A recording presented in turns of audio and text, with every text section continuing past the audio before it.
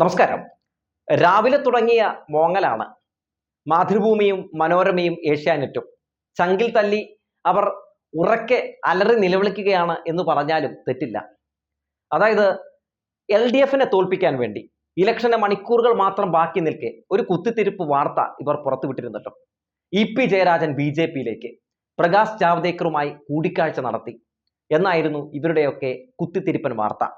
വാർത്ത പുറത്തു വന്ന് മിനിറ്റുകൾ കഴിഞ്ഞില്ല EP ജയരാജൻ ആ വാർത്ത 8 നിലയിൽ പൊട്ടിക്കുകയും മുഖ്യമന്ത്രി പിണറായി വിജയൻ ഈ വാർത്ത വീണ്ടും ഊതിക്കത്തിക്കാൻ വന്ന മാപ്രകളെ എടുത്തിട്ട് അലക്കുകയും ഗോവിന്ദൻ മാഷ് ഈ മാപ്രാസനെയൊക്കെ തൂക്കി അടിക്കുകയും ചെയ്തതോടുകൂടി തന്നെ മാപ്രകളുടെ കുത്തിത്തിരിപ്പൻ വാർത്ത 8 നിലയിൽ പൊട്ടി. എന്തായിരുന്നു ആ വാർത്ത? 2 വ്യത്യസ്ത രാഷ്ട്രീയ പാർട്ടിയിൽപ്പെട്ട ആളുകൾ കണ്ടു, സംസാരിച്ചു. അപ്പോഴത്തേക്ക് മടിക്കുകയാണ്. വേറൊരു വാർത്തയില്ലാത്തതുകൊണ്ടാണ്, ജനങ്ങളെ തെറ്റിദ്ധരിപ്പിക്കാൻ വേണ്ടി. ഇന്നൊരാൾ ഇന്ന പാർട്ടിയിലേക്ക് പോവുകയാണ്, അതായത് EP ജയരാജൻ ഈ പ്രകാശ് ജാവ്ദേക്കറിന്റെ BJP-യിലേക്ക് പോവുകയാണെന്ന്. വാർത്താ ദാരിദ്ര്യമെന്നൊന്നും പറയുന്നില്ല, മനഃപൂർവ്വം സൃഷ്ടിച്ചെടുത്ത ഒരു കുത്തിത്തിരിപ്പ് വാർത്തയാണത്, ജനങ്ങളെ തെറ്റിദ്ധരിപ്പിക്കുന്നതിന് വേണ്ടി. അതായത് കോൺഗ്രസ്സുകാർ മുഴുവൻ BJP-യിലേക്ക് പോയിക്കൊണ്ടിരിക്കുകയാണ്. അതായത് കൈപ്പത്തിക്ക് കുത്തിയിട്ടുണ്ടെങ്കിൽ താമരയ്ക്ക് കുത്തുന്നത് പോലെയാണ്, കൈപ്പത്തി കുത്തിയാൽ താമരയാണ് തെളിയുന്നത് എന്ന രീതിയിലുള്ള ഇവിടെ വലിയ വാസ്തവം പുറത്തു വന്നുകൊണ്ടിരിക്കുന്നു. അപ്പോൾ UDF-ന് ഇക്കുറി ഒരു സാധ്യതയില്ല. ഇവിടെ LDF തരംഗമാണ്. ജനങ്ങൾ ഒന്നടക്കം LDF-ൽ വിശ്വസിക്കുന്നു. ഇവർ ഫാസിസ്റ്റ് ശക്തികൾക്കെതിരെ, വർഗീയ ശക്തികൾക്കെതിരെ പോരാടാൻ കഴിയുന്ന ഒരേ ഒരു പാർട്ടിയാണെന്ന് ജനങ്ങൾ വിശ്വസിക്കുന്നു എന്ന് മനസ്സിലായപ്പോൾ LDF-ന്റെ നിറം കെടുത്താൻ വേണ്ടി ബോധപൂർവം മാപ്രകൾ പടച്ചുവിട്ടൊരു വാർത്തയാണ് ഈ EP ജയരാജൻ BJP-യിലേക്ക് എന്ന രീതിയിലുള്ള ഒരു കുൽസിത വാർത്ത. എന്നിട്ട് എന്ത് സംഭവിച്ചു? അതിരാവിലെ തന്നെ ഈ വാർത്ത പൊളിച്ചില്ലേ? പ്രകാശ് ജാവ്ദേക്കറെ കണ്ടോ എന്ന് ഞാൻ യഥാർത്ഥത്തിൽ ജാവേദ്കറെ കണ്ടിട്ട് എത്ര മാസമായി? എന്നെ കാണാൻ വന്നതാണ്. ഞാൻ തിരുവനന്തപുരത്ത് എൻ്റെ മകൻ്റെ കുട്ടിയുടെ പിറന്നാളിൽ പങ്കെടുക്കാൻ പോയത്. ഞാനവിടെ പോലും വളരെ കുറവാണ്. ഞാൻ എവിടെയാണ് ഉള്ളതെന്ന് ഒരാൾ മകനോട് ചോദിച്ചു. അച്ഛൻ ഇവിടെ ഉണ്ട്, ഫ്ലാറ്റിൽ നിന്ന് മകൻ്റെ ജന്മദിനാണ്, പിന്നെ ഇവിടെ ഉണ്ടെന്ന്. ഒരു 10 മിനിറ്റ് കാണുമ്പോൾ കാണാം രണ്ടാളിങ്ങനെ കയറി വരും. അപ്പം കണ്ടപ്പോൾ തന്നെ ഇത് എനിക്ക് തോന്നി ജാവ്ദേക്കർ അല്ലേ. അപ്പോൾ എനിക്ക് തന്നെ അത്ഭുതമായി. അപ്പോൾ ഒരു വീട്ടിലൊരാൾ വന്നപ്പോൾ ഇറങ്ങിപ്പോകുമെന്ന് പറയാൻ പറ്റില്ലല്ലോ. ഞാൻ വളരെ സന്തോഷപൂർവ്വം നമസ്കാരം പറഞ്ഞു. എന്താ വന്നു വെച്ചാൽ ഞങ്ങൾ ഇതിലേക്ക് കൂടി പോകുമായിരുന്നു, അപ്പോൾ നിങ്ങളിവിടെ ഉണ്ടെന്ന് പറഞ്ഞു, ഒന്ന് കാണാം. ഇതാണ് ഞാനുമായി അദ്ദേഹവുമായി സംസാരിച്ചിട്ടുള്ള കാര്യം. അദ്ദേഹം രാഷ്ട്രീയ കാര്യങ്ങൾ സംസാരിക്കാൻ ഞാൻ പറഞ്ഞു, അത് ഞാനുമായിട്ട് വേണ്ട, നിങ്ങൾ രാഷ്ട്രീയ കാര്യങ്ങൾ ഞാൻ ഇപ്പോൾ സംസാരിക്കാൻ ആഗ്രഹിക്കുന്നില്ല എന്ന് പറഞ്ഞ് ഞാൻ പറഞ്ഞു എനിക്കൊരു മീറ്റിംഗ് ഉണ്ട്, ഞാൻ ഇറങ്ങുകയാണ്, നിങ്ങളൊരു കാര്യത്തിൽ ഇവിടെ ഇരുന്ന് ചായയൊക്കെ കഴിച്ചിട്ട് പോയാൽ. അപ്പോൾ അല്ല, ഞങ്ങൾ ഇറങ്ങുകയാണ്. നിന്ന സ്ഥലത്തുനിന്ന് വർത്താനം പറഞ്ഞ് ഞങ്ങൾ ഇറങ്ങി. തിരുവനന്തപുരത്ത് ആക്കുളത്തുള്ള മകൻ്റെ ഫ്ലാറ്റിലാണ്. ഇതൊന്നും എൻ്റെ അടുത്ത് ആരെല്ലാം വരുന്നുണ്ട്? കോൺഗ്രസിൻ്റെ ഉന്നതരായ നേതാക്കൾ വരുന്നില്ലേ? BJP-യുടെ നേതാക്കൾ വരുന്നില്ലേ? ഇവർ മാത്രമാണോ? ആരെല്ലാം വരുന്നത് സംസാരിക്കും? ഞാൻ LDF-ൻ്റെ ഈ സംസ്ഥാനത്തിൻ്റെ പ്രധാനി എന്നുള്ള നിലയിൽ ഏതെല്ലാം പാർട്ടിക്കാർ വരുന്നുണ്ട്, ഏതെല്ലാം വിഭാഗത്തിൽപ്പെടുന്നു. വൈദികന്മാർ എന്നെ കാണാൻ വരുന്നുണ്ട്, പല മുസ്ലിയാർമാർ അവരെന്നെ കാണാൻ വരുന്നുണ്ട്. ഞാൻ ജനകീയ പ്രതിനിധി എന്നുള്ള നിലയിൽ, ഒരു ജനകീയനായിട്ടുള്ള LDF പ്രവർത്തകൻ എന്നുള്ള നിലയിൽ എൻ്റെ അടുത്ത് പല ആവശ്യങ്ങളുമായിട്ട് വരും, കാണും, സംസാരിക്കും. അതുകൊണ്ട് ആരോടെങ്കിലും സംസാരിക്കുന്നതിലൊന്നും ഞാൻ ഇന്ന് വരെ തടസ്സം ഉണ്ടാക്കിയിട്ടില്ല. പക്ഷേ ഇതങ്ങ് സംസാരിച്ചാൽ അങ്ങ് മാറിപ്പോകുന്നതല്ല എൻ്റെ രാഷ്ട്രീയം. അതാദ്യം മനസ്സിലാക്കണം. എന്തോ വലിയ സത്യം കണ്ടുപിടിച്ചതുപോലെ മാധ്യമങ്ങൾ റിപ്പോർട്ട് ചെയ്യുകയാണ്. EP ജയരാജൻ പ്രകാശ് ജാവ്ദേക്കർ കണ്ടുവെന്ന് സ്ഥിരീകരിച്ചു. ഉടനെ പ്രകാശ് ജാവ്ദേക്കറിൻ്റെ അടുത്തും ചോദിക്കുകയാണ്, ഇങ്ങനെ ഒരു സംഭവം ഉണ്ടായോ എന്ന് ചോദിക്കുമ്പോൾ പ്രകാശ് ജാവ്ദേക്കറും പറയുന്നു, അതെ ഞാൻ കണ്ടിരുന്നു, എന്തെങ്കിലും പ്രശ്നമുണ്ടോ?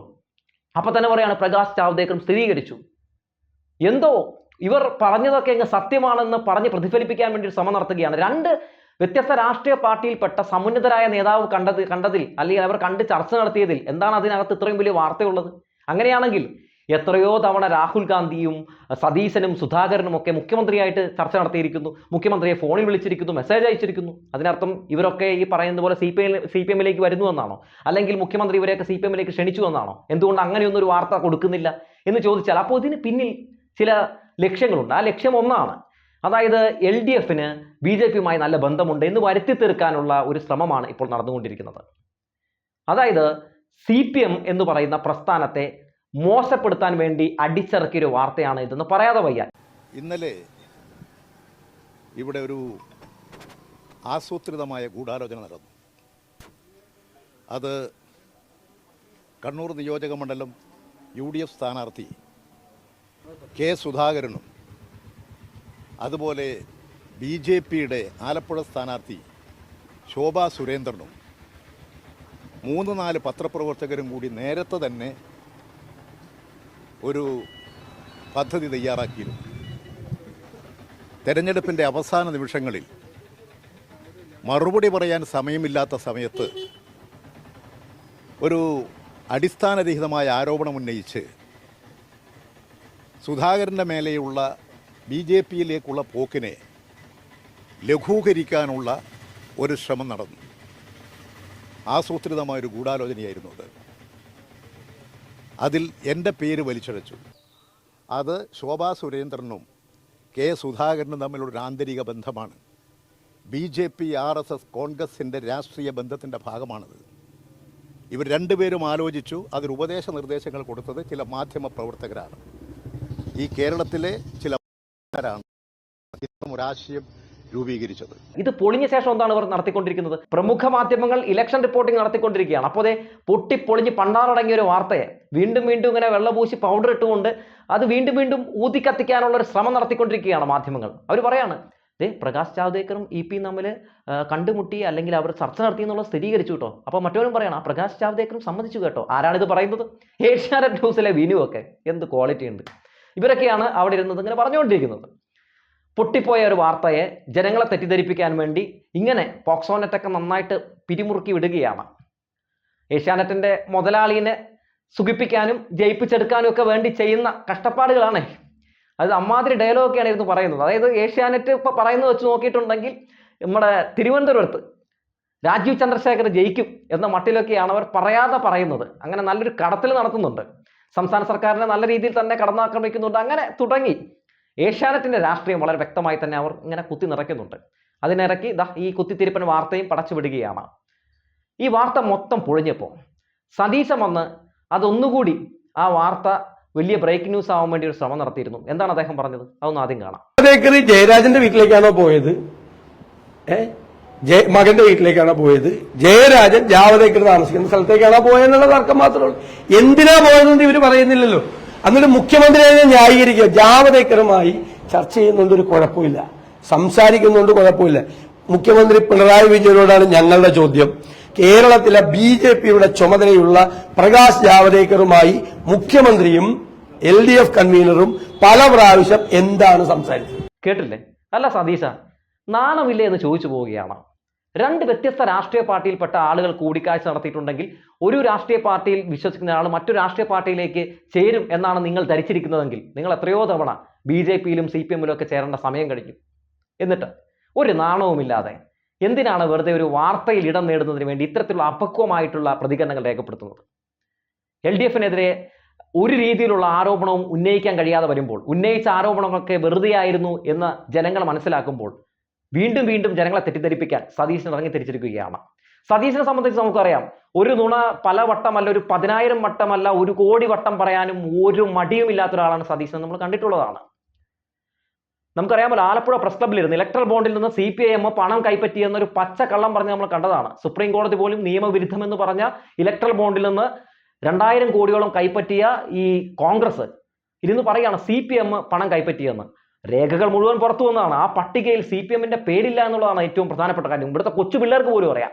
ആ ഇലക്ട്രൽ ബോണ്ടിൽ നിന്ന് പണം കൈപ്പറ്റിയവരുടെ ലിസ്റ്റും പട്ടിക സഹിതം പുറത്തു കൊണ്ടുവന്നതും ഇതിനുവേണ്ടി നിയമ പോരാട്ടം നടത്തിയതും CPM ആണ്, സീതാറാം യെച്ചൂരി ആണെന്നുള്ള കാര്യം എല്ലാവർക്കും അറിയാം. എന്നിട്ടും ഒരു ഉളുപ്പുമില്ലാതെ മാധ്യമ പ്രവർത്തകരുടെ മുമ്പിലിരുന്ന് പച്ചക്കള്ളം പറഞ്ഞ കാഴ്ച നമ്മൾ കണ്ടതാണ്. പൗരത്വ ഭേദഗതി നിയമത്തിൽ ഈ പറയുന്നത് പോലെ എന്താണ് കോൺഗ്രസിന്റെ നിലപാടെന്ന് ചോദിച്ചപ്പോൾ പ്രകടന പത്രികയിൽ 8ാമത്തെ പേജിൽ കൊടുത്തിട്ടുണ്ടെന്ന് ഒരു പച്ചക്കള്ളം പറഞ്ഞ ആളാണ് ഈ VD സതീശൻ. അവസാനം 8ാമത്തെ പേജ് നോക്കിയപ്പോൾ അതിലില്ല. അങ്ങനെ തുടങ്ങി എത്രയെത്രയോ കള്ളങ്ങൾ. സതീശന്റെ കള്ളങ്ങൾ പറയാനാണെങ്കിൽ നമുക്ക് ഈ പരിമിതമായ സമയം പോരാതെ വരും. എന്നിട്ട് ഇങ്ങനെ മറ്റൊരു രീതിയിൽ വോട്ട് ബാങ്ക് രാഷ്ട്രീയത്തിന് വേണ്ടി മാധ്യമങ്ങളുടെ മുമ്പിലിരുന്ന് കിടന്ന് തുള്ളി കളിക്കുകയാണ്, ചാടി കളിക്കുകയാണ്. അതിനൊപ്പം ചാടാനും ചൂട്ടുപിടിച്ച് നടക്കാനും ഇവിടെ ചില കുത്തിത്തിരിപ്പൻ മാപ്രകളും. ഇന്ന് രാത്രി ഒരു അന്തിച്ചർച്ചയൊക്കെ നടത്താനുള്ള വകുപ്പൊക്കെ ഉണ്ടാക്കിയെടുക്കാനുള്ള ശ്രമത്തിലായിരുന്നു മാധ്യമങ്ങൾ. എന്ത് പറയാനാണ്? മുളയിലെ തന്നെ നുള്ളിയില്ലേ? എന്തുണ്ടായിട്ടാണ് ഇത് ഇത്ര വലിയൊരു ഊതിപ്പെരിപ്പിച്ച വാർത്തയായിട്ട് അങ്ങ് മുന്നോട്ട് കൊണ്ടുപോയി നടന്നത്? എന്തെങ്കിലും ഈ പറയുന്ന EP ജയരാജൻ BJP-യുമായിട്ട് ഏതെങ്കിലും രീതിയിലുള്ള ധാരണയിലെത്തുന്നതിന്റെ തെളിവുകൾ നിങ്ങൾക്ക് കിട്ടിയോ? അല്ലെങ്കിൽ EP ജയരാജൻ എനിക്ക് BJP-യിൽ ചേരാൻ താല്പര്യമുണ്ടെന്ന് താല്പര്യം പ്രകടിപ്പിച്ചതിന്റെ എന്തെങ്കിലും രീതിയിലുള്ള ഒരു തെളിവ് നിങ്ങൾക്ക് കിട്ടിയോ? ശോഭാ സുരേന്ദ്രനും ഈ പറയുന്ന ദല്ലാൽ നന്ദകുമാറിനെ പോലെയൊക്കെയുള്ള പോയ കോടാലികൾ എന്തെങ്കിലും പറഞ്ഞിട്ടുണ്ടെങ്കിൽ അതൊക്കെ എന്തിനാണ് അവർ പറയുന്നതെന്ന് നന്നായി തന്നെ മാധ്യമങ്ങൾക്കറിയാം. എന്നിട്ട് അതൊക്കെ ഒരു ഉളുപ്പുമില്ലാതെ അതിന്റെ വസ്തുത എന്താണെന്ന് പരിശോധിക്കാതെ ആ വാർത്ത അതേവഴി റിപ്പോർട്ട് ചെയ്ത് EP ജയരാജനെയൊക്കെ സംശയത്തിന്റെ നിഴലിൽ നിർത്തുന്നത് LDF-നെ പ്രതിരോധത്തിലാക്കിക്കൊണ്ട് ഇവിടുത്തെ ജനങ്ങളെ തെറ്റിദ്ധരിപ്പിക്കാനാണെന്ന് ആർക്കാണ് അറിയാത്തത്? എന്തായാലും മാപ്രകളൊക്കെ ഇലക്ഷൻ സമയത്ത് ഇങ്ങനെ വല്ലാത്ത രീതിയിൽ കിടന്ന് മോങ്ങുന്നതും നിങ്ങളുടെ ഉള്ളിൽ കിടക്കുന്ന വിഷം മാക്സിമം ഇങ്ങനെ ചീറ്റുന്നതുമൊക്കെ നല്ലതാണ്. നിങ്ങൾ എത്ര വലിയ കൊടിയ വിഷം തുപ്പുന്ന പാമ്പുകളാണെന്ന് ജനങ്ങൾക്ക് പ്രേക്ഷകർക്ക് മനസ്സിലാക്കി തരാൻ ഇത് ഏറെ ഉപകരിക്കും. എന്തായാലും നിങ്ങൾ എങ്ങനെയൊക്കെ കിടന്ന് തള്ളിയാലും ഈ ലോക്സഭാ തെരഞ്ഞെടുപ്പിൽ സംഭവിക്കാൻ പോകുന്നത് വേറൊന്നുമല്ല, ഒരു ഇടത് തരംഗം തന്നെയാണ്. BJP-യെ സംരക്ഷിക്കാനും കോൺഗ്രസിനെ സംരക്ഷിക്കാനും ഒക്കെ വേണ്ടി BJP-യെ സംരക്ഷിക്കുന്നതും കോൺഗ്രസിനെ സംരക്ഷിക്കുന്നതും ഒരുപോലെയാണ്. ഇവരെയൊക്കെ സംരക്ഷിക്കാൻ വേണ്ടി നിങ്ങൾ ഇപ്പോൾ ഈ കാണിക്കുന്നതിനൊക്കെ ജനങ്ങൾ എണ്ണി നിങ്ങൾക്ക് മറുപടി തരുമെന്ന കാര്യത്തിൽ ഒരു സംശയവും വേണ്ട.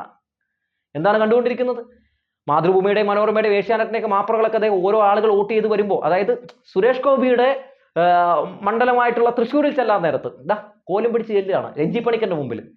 രഞ്ജിത്ത് ഏട്ടാ, ചേട്ടൻ ഒരുപാട് സൂപ്പർ ഹിറ്റ് പടങ്ങളൊക്കെ ഈ പറയുന്ന സുരേഷ് ചേട്ടന് കൊടുത്തതല്ലേ, അപ്പോൾ സുരേഷ് ചേട്ടൻ ജയിക്കുമോ എന്ന് ചോദിച്ചപ്പോൾ എനിക്ക് വ്യക്തമായിട്ടുള്ള രാഷ്ട്രീയം ഉണ്ടെന്ന് പറഞ്ഞു. ആസിഫ് അലിയുടെ അടുത്ത് ചെന്നു. ആസിഫ് അലി പറഞ്ഞു എനിക്ക് വ്യക്തമായിട്ടുള്ള രാഷ്ട്രീയമുണ്ട്. അങ്ങനെ മാപ്രകളുടെ കുത്തിത്തിരിപ്പൻ ചോദ്യങ്ങൾക്ക് രാവിലെ മുതൽ നല്ല ഗംഭീരമായിട്ട് അടി കൊടുക്കുന്ന കാഴ്ചയാണ് നമ്മൾ കണ്ടുകൊണ്ടിരിക്കുന്നത്. എന്തായാലും മാധ്യമപ്രവർത്തനം എന്ന് പറയുന്നത് ഇപ്പോൾ അധാർമിക മാധ്യമപ്രവർത്തനമായി മാറിയിട്ടുണ്ട്. അങ്ങനെയാക്കി മാറ്റിയിട്ടുണ്ട് ഇവിടുത്തെ പ്രമുഖ എന്ന് അവകാശപ്പെടുന്ന, ഞങ്ങൾ നിഷ്പക്ഷരാണെന്ന് അവകാശപ്പെടുന്ന കുറേ അധികം, ഞാൻ പറയുന്നില്ല പേര് എന്ന് പറഞ്ഞു വെച്ചുകൊണ്ട് നിർത്തുകയാണ്.